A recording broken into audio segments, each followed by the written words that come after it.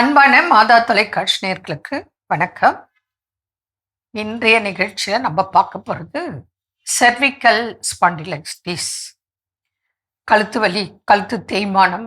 இந்த பிரச்சனை தான் நம்ம இன்னைக்கு செர்விக்கல் ப்ராப்ளம் பார்க்க போறோம்.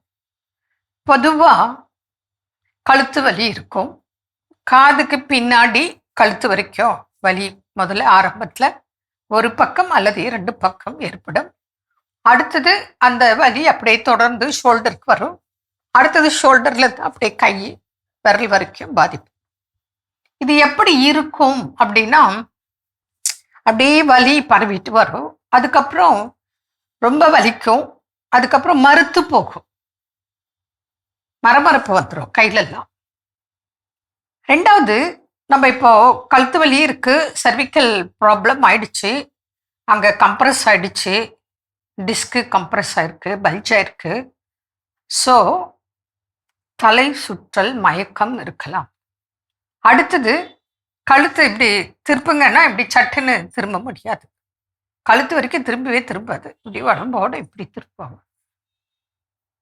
ஏன்னா இங்கே ஸ்டிஃப்னஸ் வந்துருச்சு. கழுத்து திருப்பினாலும் திருப்ப முடியாது, உடம்போட தான் திருப்புவாங்க. இதெல்லாம் ஆரம்ப அறிகுறிகள். மயக்கம் வர்றது, தலை சுத்தல். ஏன்னா பிரெயினுக்கு போகிற ரத்த ஓட்டம் இந்த கம்ப்ரெஸ்னால அழுத்தப்பட்டு பிளட் சர்க்குலேஷன் தடைப்படுது. அதனால உங்களுக்கு சர்விக்கல் ப்ராப்ளம், அந்த வலி வருது. அது போத் சைடு வரலாம் அல்லது ஏதாவது ஒரு சைடு கூட வரலாம். இதுக்கெல்லாம் முடிந்த அளவு 99% அறுவை சிகிச்சை இல்லாமல் ட்ரீட்மெண்ட் இருக்கு. அப்போ இவங்களுக்குன்னு பயிற்சிகள் இருக்கு, அந்த உடற்பயிற்சிகளை செய்தோம்.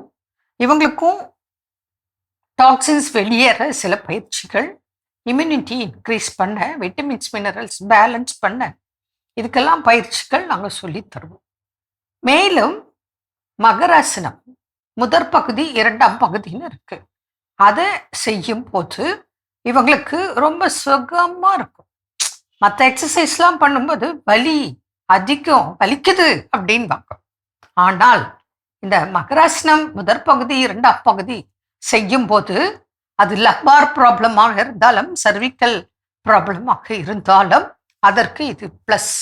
அப்போ ஒரு பக்கம் மெடிசன்ஸ், ஒரு பக்கம் டயட்ஸு, ஒரு பக்கம் எக்ஸசைஸ். கொஞ்சம் அமைதியாக மனசு வச்சுட்டு தியானம் பண்ணிங்கன்னா பிரச்சனையே இல்லை. நம்ம அவசரம், ஆத்திரம், கோபம், டென்ஷன் எல்லாம் இருந்தால் நோய் அப்படியே நமக்கு ரொம்ப தாக்கம் தெரியும்.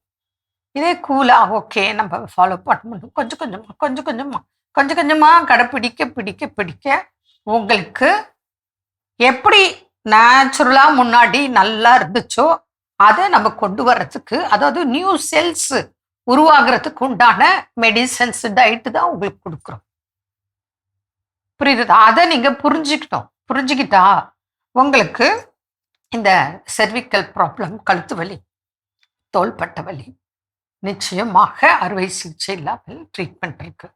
இதுக்கும் நல்ல டயட்டு, நல்ல மெடிசன், சன்பாத்து எல்லாமே நாங்கள் சொல்லித்தருவோம். ஒரு பக்கம் இருக்கும் உங்களுக்கு டயட்.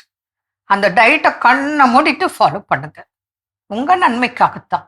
ஆரம்பத்தில் பார்த்தீங்கன்னா இப்படியா, இது சாப்பிடணுமா, அது சாப்பிடணுமா, இது சாப்பிடக்கூடாதா அப்படின்னு நினைப்பீங்க. ஆனால் உங்கள் வலி, வேதனை, ஏன்னா நான் இப்போ குறை சொல்கிறதா நினைக்காதீங்க. சிலருக்கு அறுவை சிகிச்சை செய்தும் என்ன கண்டிஷன் தெரியுமா? சிலருக்கு என்ன, அநேக பேருக்கு நீங்கள் மேடு பள்ளத்தில் ஜர்க் ஆகக்கூடாது, ட்ராவல் பண்ணக்கூடாது, லாங் டிஸ்டன்ஸ் ட்ராவல் பண்ணக்கூடாது, வெயிட் தூக்கக்கூடாது, ஏகப்பட்ட கண்டிஷன்ஸோடு தான் உங்களை அனுப்புவாங்க. ஏன்னா உங்கள் ஹெல்த் பாதிப்புனால.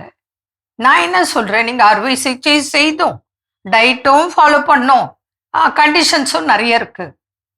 அதுக்கு அறுவை சிகிச்சை இல்லாமலே இதெல்லாம் ஃபாலோ பண்ணி நல்ல குணம் பெற வாய்ப்புகள் நிறைய உங்களை தேடிட்டு வந்துட்டுருக்கு.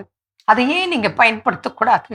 பயன்படுத்தும் போது நிச்சயமாக அறுவை சிகிச்சையிலிருந்து மீண்டு அறுவை சிகிச்சை இல்லாமல் பாதுகாக்கும் வழிமுறைகள் இருக்குது, அதை கடைப்பிடிக்க.